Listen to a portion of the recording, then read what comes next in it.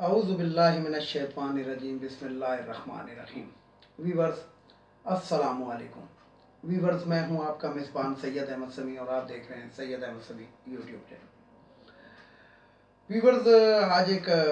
خوشخبری، مطلب ویسے تو یہ بات 2 دن پرانی ہو چکی ہے، لیکن کل معلوم وجوہات کی بنا پر میری ویڈیو اپلوڈ ہو نہیں سکی، حالانکہ کل یہ میں نے ویورز کو اپنے بتانا تھا۔ بہرحال بات یہ ہے کہ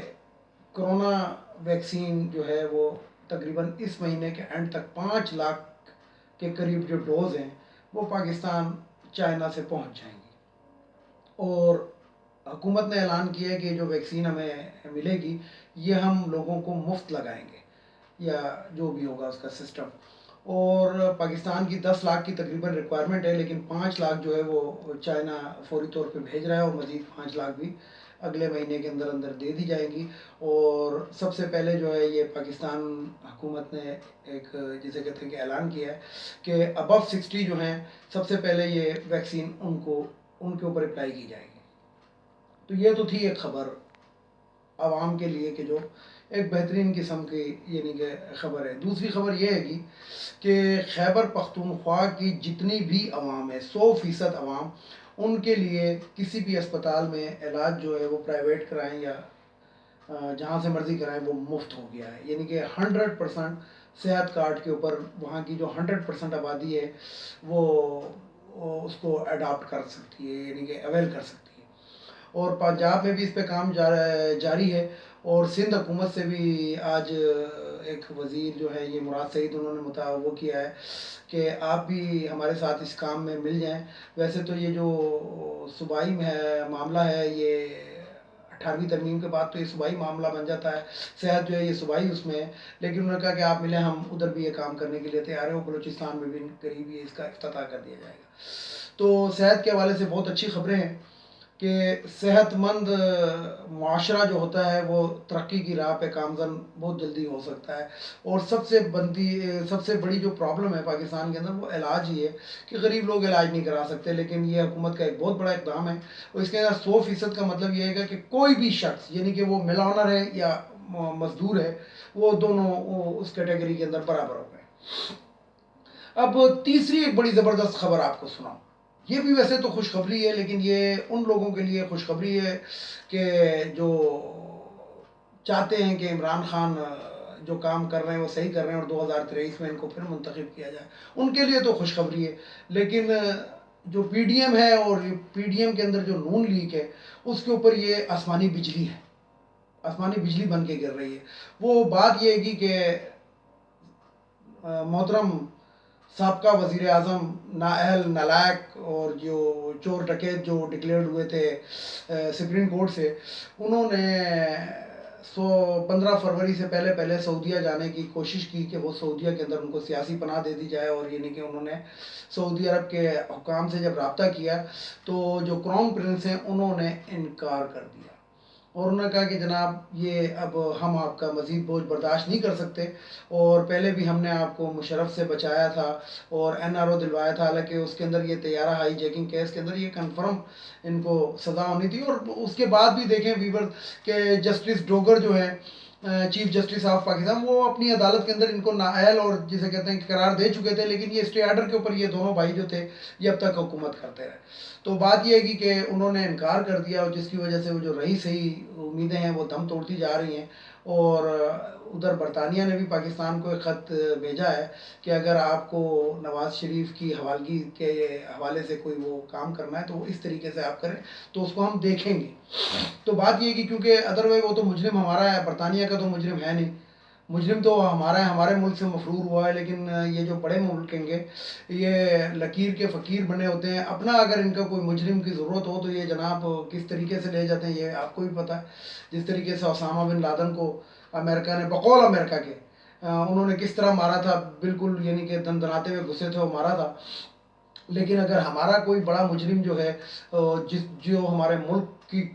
جڑیں جسے کہتے ہیں کہ کاٹ کر لے گیا ہے، تو اس کو برطانیہ ہمارے حوالے کرنے کے لیے اس طریقے سے تیار نہیں ہے. انہوں نے ایک طریقہ اور بتایا ہے کہ جناب آپ ایک خط لکھیں اور اس کے بعد ہم اس کو دیکھیں گے. تو بہرحال یہ بات جسے کہتے ہیں کہ پائپ لائن میں ہے. لیکن ابھی جو نواز شریف کو جو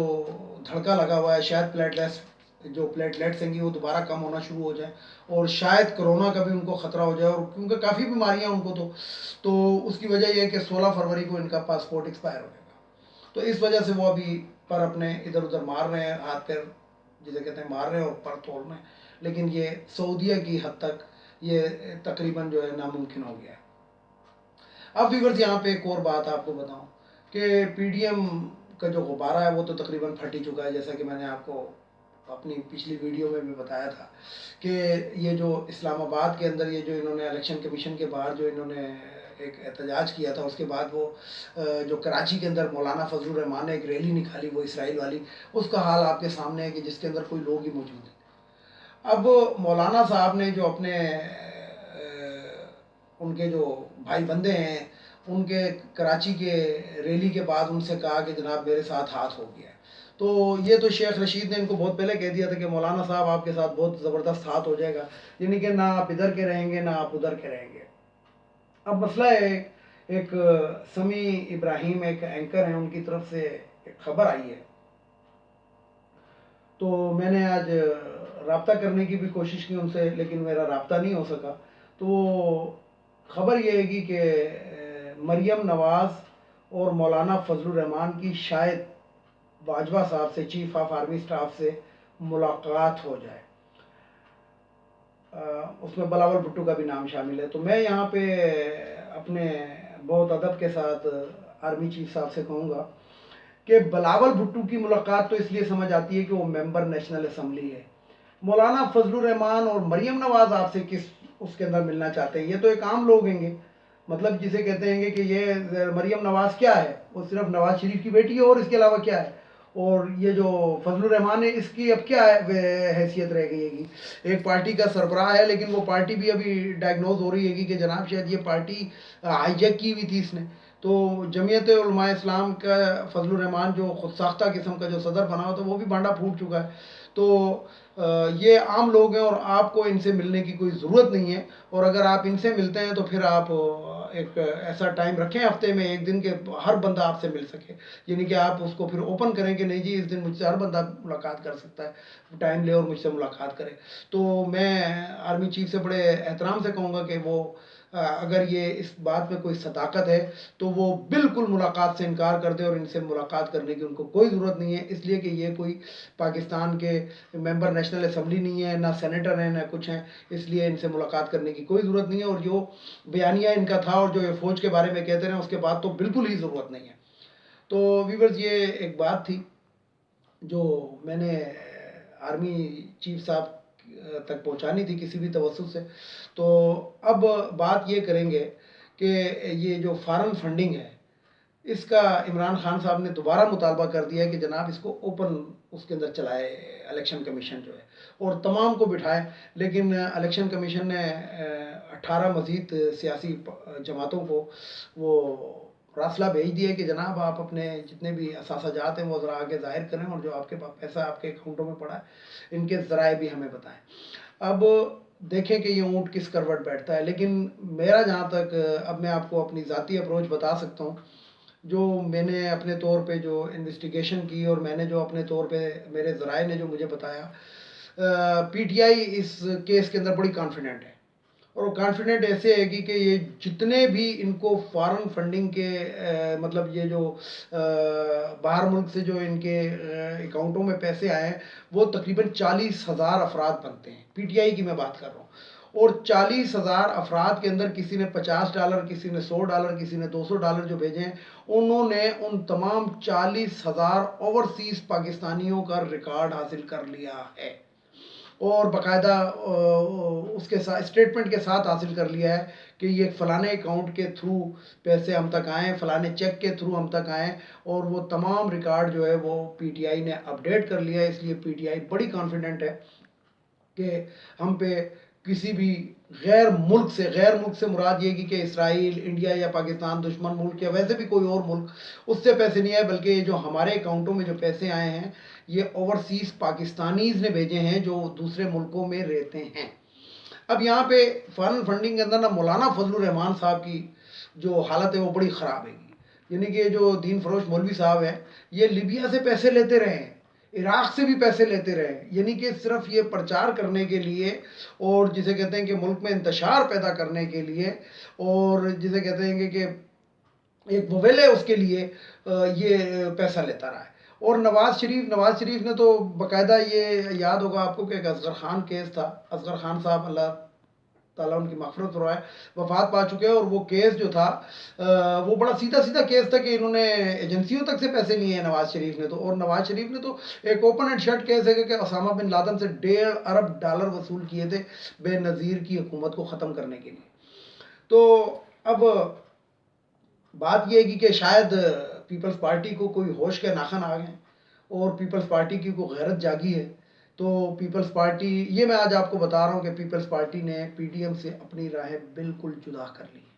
اور کسی قسم کے رابطے بھی ختم کر دیے جا رہے ہیں اور ختم ہونے والے ہیں۔ اور اگر یہ جو اسلام آباد کی طرف جو مارچ ہوگا، اگر انہوں نے مارچ میں جسے کہتے ہیں کہ نہ پیپلز پارٹی جو ہے وہ